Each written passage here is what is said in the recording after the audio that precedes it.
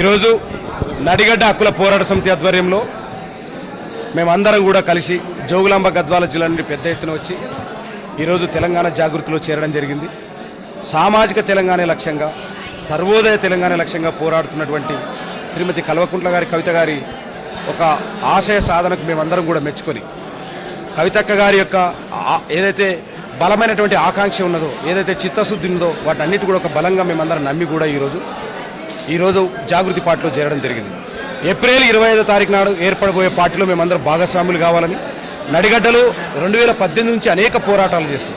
అక్కడ పల్లె నిద్రలు చేసినాం, పోరాటాలు చేసినాం, ఓటు చైతన్య యాత్రలు చేసినాం, పాదయాత్రలు చేసినాం, ప్రజల సంక్షేమం గురించి కొట్లాడినాం, అనేక సమస్యల గురించి కొట్లాడుతూ ఒక కొత్త నాయకత్వానికి మేము అక్కడ పునాదులు వేస్తూ కొట్లాడుతున్నటువంటి పరిస్థితుల్లో మేమందరం కలిసి ఒక ప్రధాన వేదిక వైపు మనం అందరం వెళ్ళాలా, రాబోయే రోజుల్లో సామాజిక తెలంగాణ కట్టుబడి ఉన్నటువంటి కవితక్క గారి ఆధ్వర్యంలో పనిచేయాలని, ఒక కృత నిక్షేమంతో ఉన్నటువంటి కవితక్క గారి ఆధ్వర్యంలో పనిచేయాలని ఆసక్తితో ఈరోజు నడిగడ్డ హక్కుల పోరాట సమితి తరఫున మేమందరం పెద్ద ఎత్తున పోరాటం చేసినాం.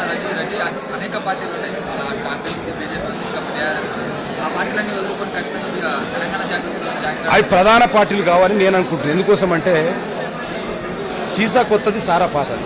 అక్కడ ఉన్నటువంటి నాయకులను మారుస్తున్నారు. మా గద్వాల కృష్ణమోహన్ రెడ్డి గతంలో ఎక్కడున్నాడు? వైఎస్ఆర్సీపీలో ఉన్నాడు.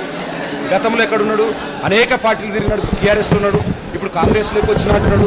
గతంలో డీకేఆర్లో కాంగ్రెస్లో ఉంది, సమాజ్వాదీ పార్టీలో ఉంది, బీజేపీలోకి వచ్చింది. వీళ్ళందరూ ఏం చేస్తున్నారంటే ఎక్కడికెక్కడ వాళ్ళే మారుస్తూ సీసా కొత్తది, పాత సారా పాతది అన్నట్లు వాళ్ళే అదే నాయకత్వం వైపు ఎదుగుతున్నటువంటి పరిస్థితుల్లో కొత్త నాయకత్వానికి పునాదులు వేస్తున్నటువంటి ఏదైతే జాగృతి ఉన్నదో, జాగృతి పట్ల మేము ఆకర్షితులై రాబోయే రోజుల్లో యువతకు పెద్దపీట వేస్తుందనే ఉద్దేశంతో ఆ యొక్క కృతనిశ్చయానికి మేమందరం కూడా కట్టుబడి మేమందరం జాగృతిలో చేరడం జరిగింది. పార్టీలో మా ఆశయ సాధన ఒకటే, కుటుంబ పాలన గద్దె దించాలా. నడిగడ్డ లోపల ఒక కుటుంబం రూల్ చేస్తున్నటువంటి పరిస్థితి, బంగ్లా ఒకవైపు, బంగ్లా ఒకవైపు.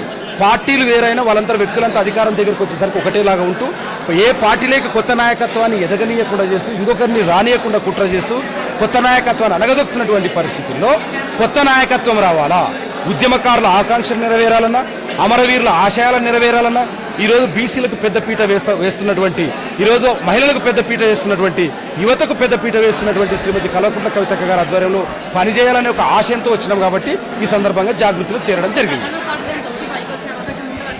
ఖచ్చితంగా ఉంటుందండి. ఏ రోజైనా కూడా అన్ని పార్టీలు పుట్టిన వెంటనే పెద్ద కావు కదా. ఈరోజు మన యొక్క కమిట్మెంటు, మన యొక్క ఆశయం గట్టిగా ఉంటే రాబోయే రోజుల్లో ప్రజలు బ్రహ్మరథం పడతారు.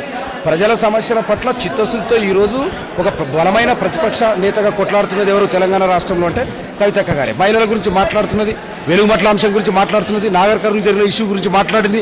అనేక పోరాటాలు చేస్తూనే రాజకీయం గట్టిగా బలంగా ఎవరైతే ఇట్లాంటి మాలాంటి యువత ఉంటుందో, ముఖ్యంగా బీసీలకు అట్లాంటి అవకాశాలు ఇవ్వాలా, అట్టడుగు వర్గాలకు అట్లాంటి అవకాశాలు యువతకు ఇవ్వాలనేటువంటి కృతనిశ్చయంతో ఉంది. కాబట్టి ఖచ్చితంగా అవకాశం ఉంటుంది అనేది మేము భావిస్తాం. అవన్నీ అవాస్తవాలు. ప్రతి రాజకీయ పార్టీలో ఒకటి అంటుంటారు, అవాస్తవాలు మాట్లాడుతుంటారు. రాజకీయ విరోధులు స్పృశించే మాటలు చెప్పింది కదా నేను ఉపగ్రహాన్ని కాదు అని చెప్పేసి. ఎందుకోసం అంటే స్వతహాగా వెలుగుతున్నటువంటి నక్షత్రంలాగా మీకు రేపు రాబోయే రోజులు తెలుస్తుంది. ఏప్రిల్ 25న పార్టీ ప్రకటించిన తర్వాత తెలంగాణ రాష్ట్రంలో ఏ రకమైనటువంటి రెస్పాన్స్ వస్తుందో మీరు ఒకసారి మీరే తెలుస్తుంది భవిష్యత్తులో.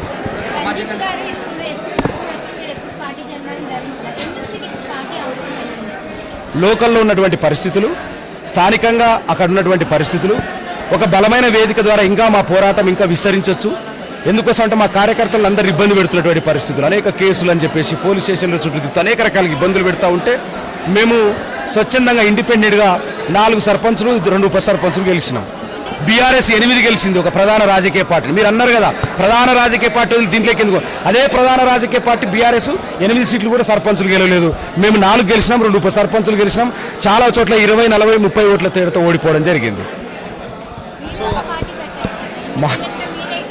పార్టీని నా నియోజకవర్గంలో, నా జిల్లాలో పనిచేస్తున్నటువంటి పరిస్థితి. రాష్ట్రం మొత్తం కూడా పెట్టాలంటే మన యొక్క శక్తి కూడా సరిపోవాలి కదా. అందుకోసమనే ఈరోజు అదే మా ఆలోచన ఒకటి, కవితక్క గారి ఆలోచన ఒకటైనప్పుడు మార్గం కూడా ఒకటే చేసుకోవచ్చని నా వాదన.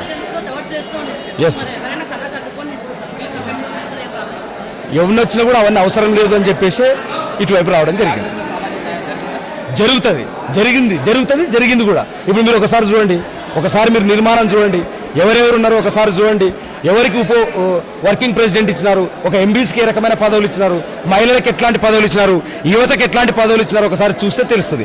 రేపు ఏర్పడబోయే జాగృతి పార్టీలో ఇదే విధంగా సామాజిక న్యాయం పాటిస్తారని నమ్మకం నాకున్నది.